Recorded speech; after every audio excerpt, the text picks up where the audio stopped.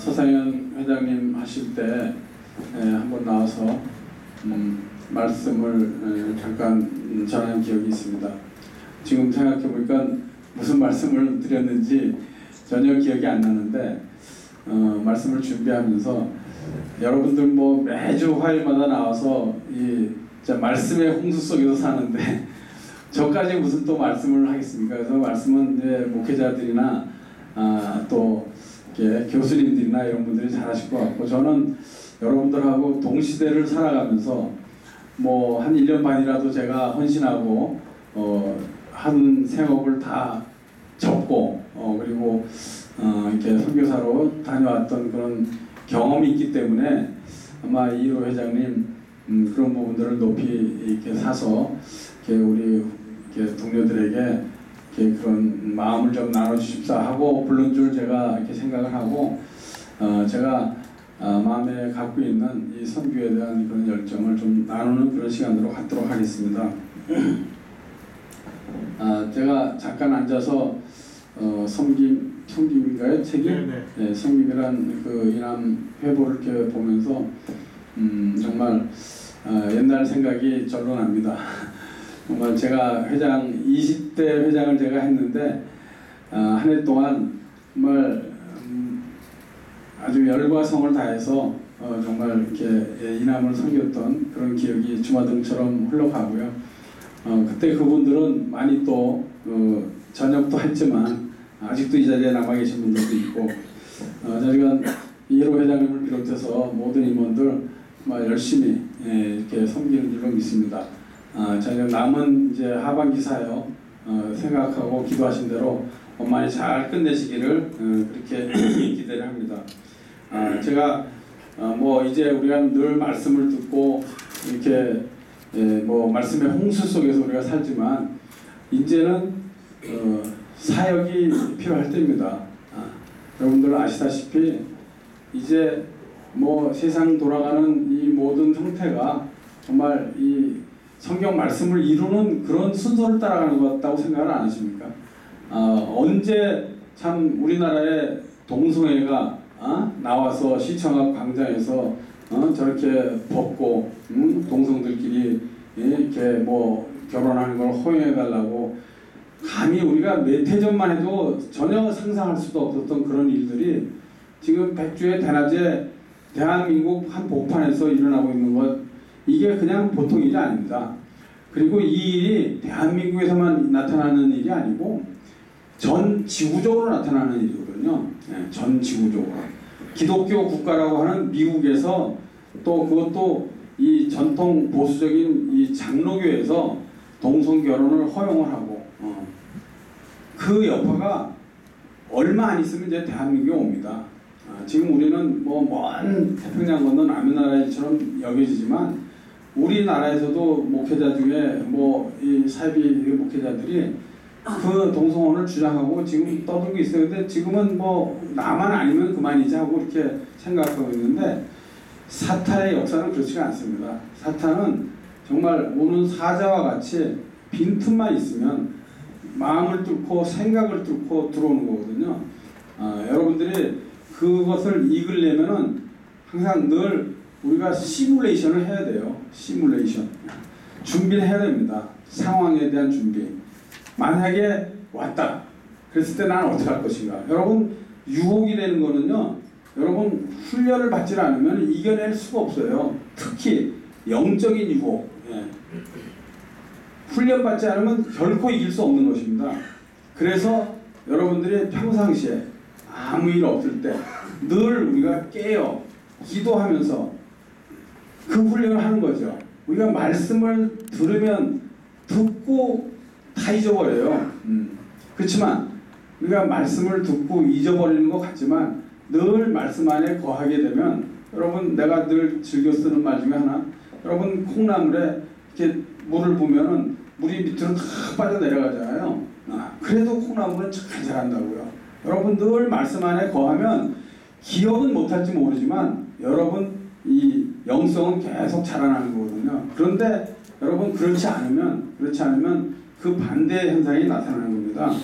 이제 행함이 없는 믿음은 죽은 믿음이라고 야고보서에서는 말씀하고 있어요. 예.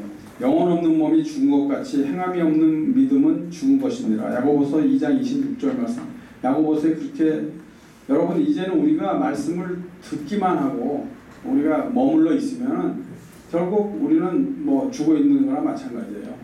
이 열매가 있어야 돼요. 그래서 지금은 사역을 해야 될 때입니다.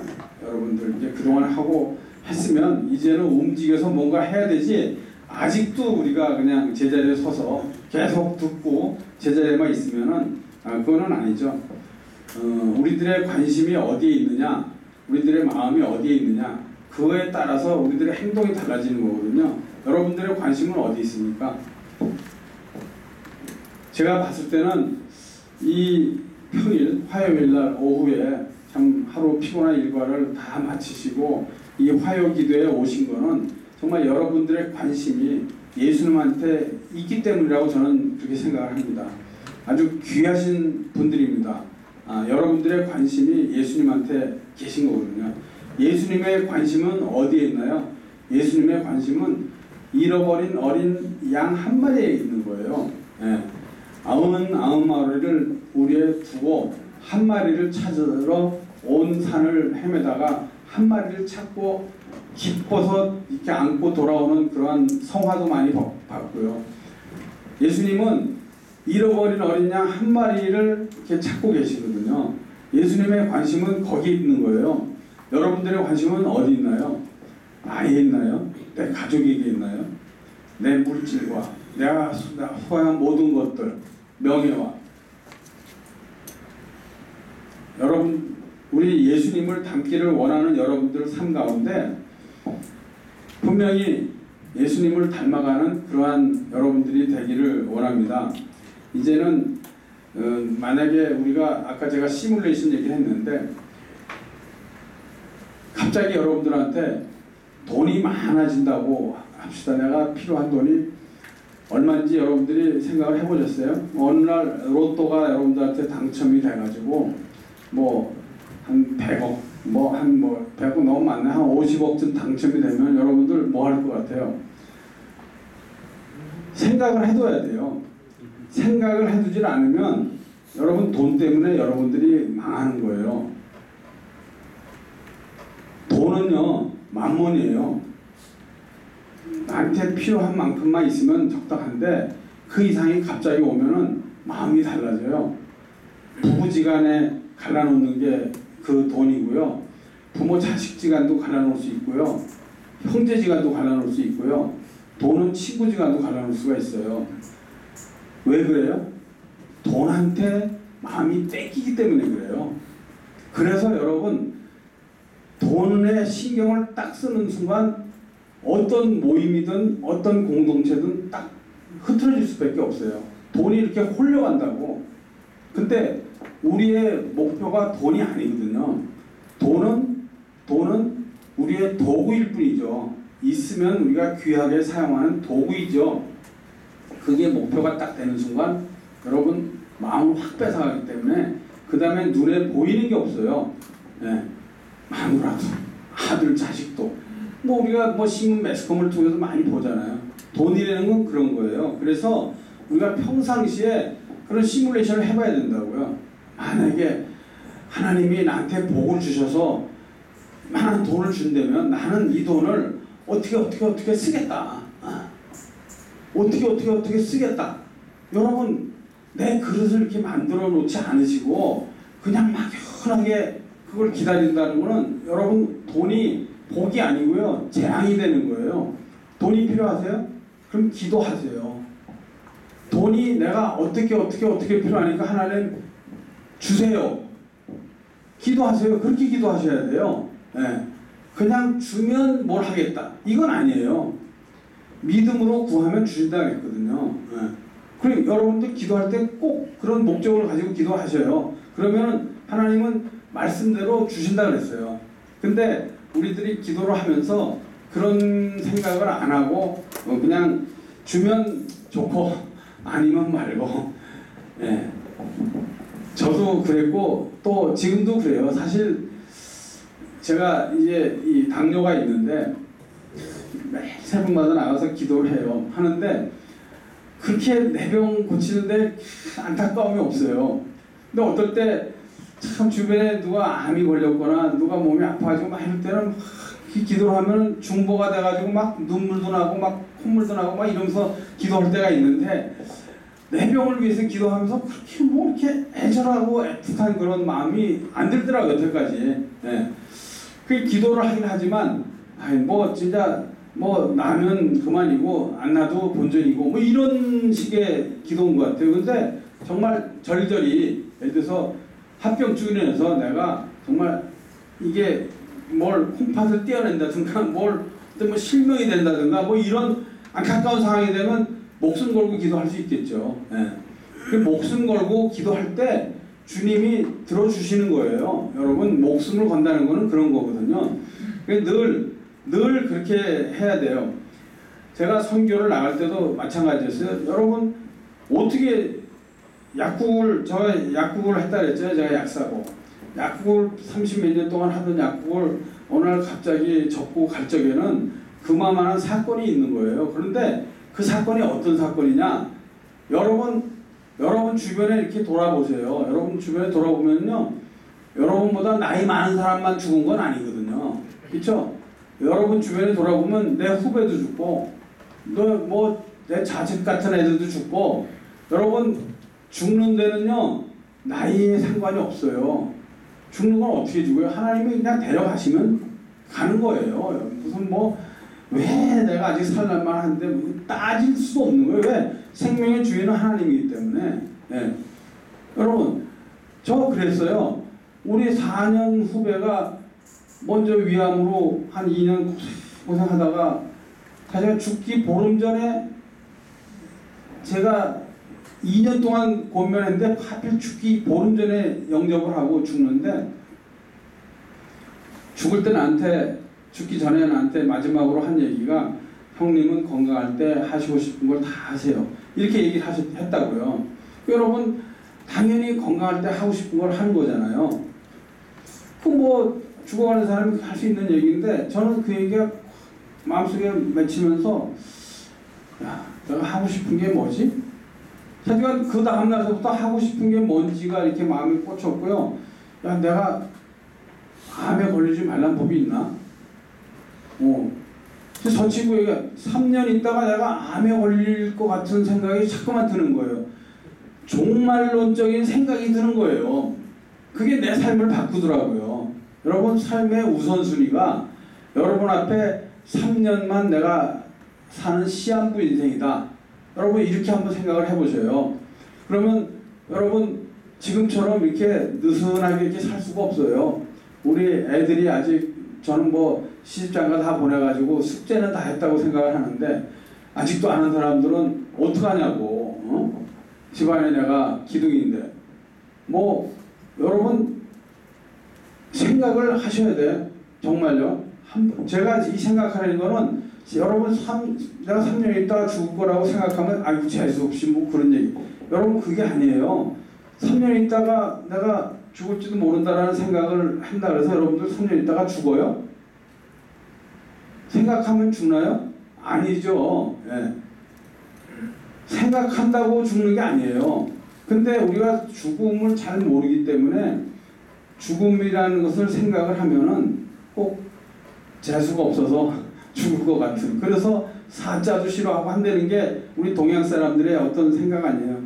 죽음을 몰라서 그래요.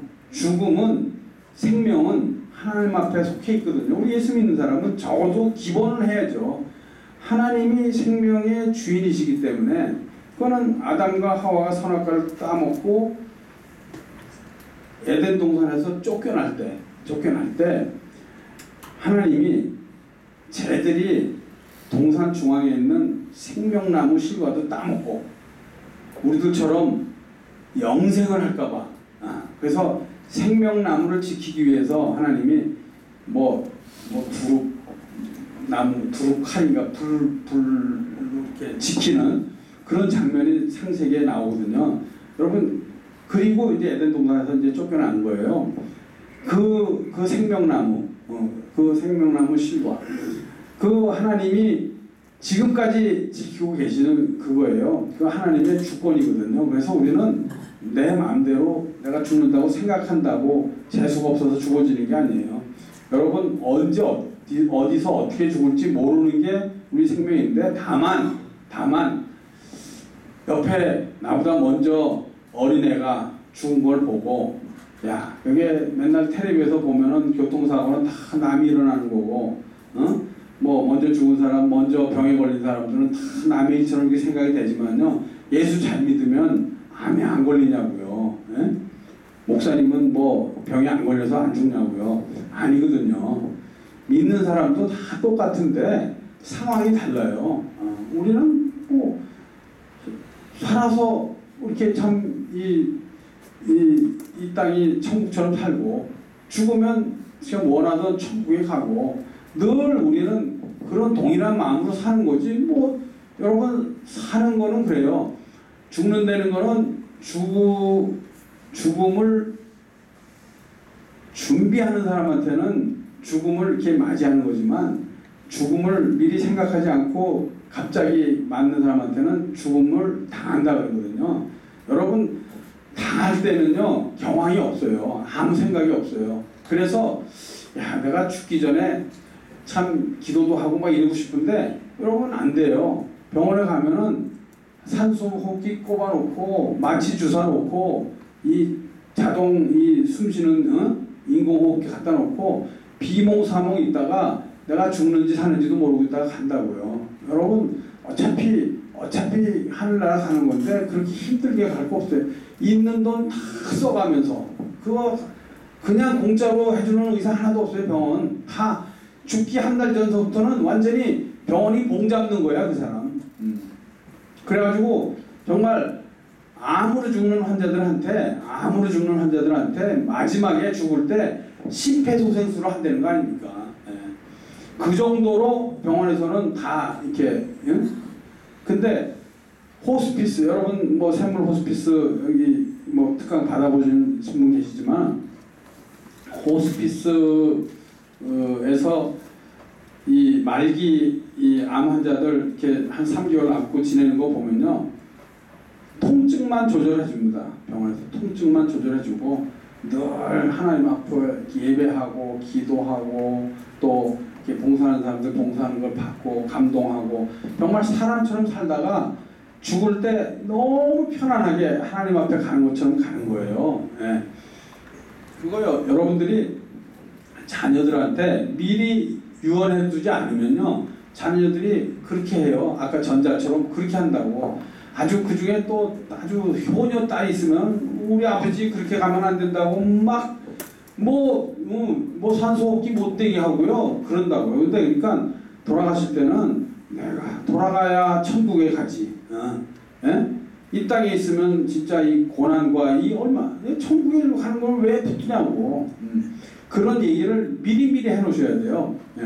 그거 안 하시면 정말 우리가 마지막에 언제 어떻게 갈지 모르는데 예? 뭐 남들 다 그래요. 100세 시대에 산다고 그래요. 100세 시대. 여러분 거기에 속지 마세요. 100살까지 사는 사람도 있지만 50살도 못 살고 이 평균 연령 다 까먹는 사람도 무진장 많습니다. 여러분들이 평균 연령을 산다고 생각하지 마시라고요. 그리고요 한국인의 마지막 10년이라는 그 조선일보 칼럼 기획에 보면은 마지막 10년 죽는 날서부터 마지막 10년 동안 끄트머리서부터 5.6년은 병치레하다 죽는데 병치레하다가 벌어놓은 돈 다 까먹고 그러니까 마지막 5, 6년은 그냥 내가 병치레하는 시간이니까 어떻게 아픈데 병치레를 안 할 수가 있어요. 그러니까 그 시간은 내 마음대로 하고 싶은 시간 중에서 빼달라 이거죠. 그러니까 앞으로 10년 산다 그러면 한 4년 남은 거죠. 그렇게 계산을 해야 우리가 정확하게 계산을 하고 내가 나머지 삶을 정말 하고 싶은 일들을 하면서 사는 거예요. 그렇지 않으면 아이고 야 100살 산다는데 나중에 살 거 생각해가지고 돈 벌어야지. 여러분 70세 80세 때까지 돈을 벌어서 너무 불쌍한 거야. 자식들은 해피하겠죠. 우리 아버지가 저렇게 벌어가지고 집도 사고, 응? 뭐 재산 그렇게 하는 거예요. 근데 왜 안 돌아가셔? 뭐 그래요. 그리고 나중에 오래 살아가지고 병치레하고 이러면은 정말 자식들이 김병희 효자 없다고, 야, 참 명조 찔기다. 그래요. 보는 데서는 안 그러겠지만, 그렇게 우리가 살 필요가 없어요. 그렇게 살 필요 없고, 아까 제가 그때도 작년에도 얘기한 것 같은데, 우리가 한 번씩 잘라서 하는 사람 살자고요. 한 3년씩. 내가 3년 후에 죽는다. 그러면 3년 후에 죽으면은 한 8년 정도 있잖아요. 한 5, 6년은 또 병치레도 하니까. 그러니까 한 3년 정도 내가 하고 싶은 대로 하다가 죽는다. 이렇게 생각하고 잘라 살면 삶의 우선순위가 쫙 정해질 거예요. 그러면 그 시간 동안에 우리가 못 죽어서 못 가는 게 천국인데, 우리가 죽으면 어디 가요? 다 예수 믿으니까 천국 갈 거 아닙니까? 천국 가면 우리가 누굴 만납니까? 예? 우리가 예수님 하나님 만날 거 아닙니까? 그럼 예수님 뭐라고 하시겠어요? 너 세상에 살다 뭐 하다가 왔냐 이렇게 물어보면은 뭐라고 대답할 말을 좀 하나, 그래도 뭘 하나는 만들고 가셔야 될 거 아니냐고. 난 돈 벌고 종족 도전만 하다가 왔다 이럴 수는 없잖아요. 예? 내 새끼 잘 먹이고 잘 살고 이러다가 왔다 이렇게 할 수가 없잖아요. 예수님이 승천하시면서 정말 뭐라고 말씀하셔서 모든 민족에게 전하라고 하시잖아요. 그게 선교 명령이에요. 선교 명령. 그거를 하라고 예수님께서 말씀을 하셨고요. 그 말씀이 얼마나 중요하면 승천하시면서 마지막 남기신 말이겠냐고요. 그러니까 저는 그게 굉장히 중요하다고 생각을 하고요. 그래서 교회가 선교의 사명을 다 감당하자고 세상의 모든 교회가 이 선교를 하는데, 선교는 말로 하냐고요. 선교는 말로 하냐고요. 그렇다고 우리가 무슨 뭐 베드로처럼 뭐 한꺼번에 말로 해서 5,000명씩 회개시키고 이러지 못하잖아요. 예수님처럼 하자고. 우리 예수님처럼 잃어버린 어린 양 하나, 그거 찾는 심정이에요. 제가 오늘 말씀 제목을 한반도가 땅끝이다 이렇게 했잖아요. 사도행전 1장 8절 제가 본문으로 택했고요. 땅끝까지 이르러 내 증인이 되리라 이렇게 말씀하셨을 때 그 땅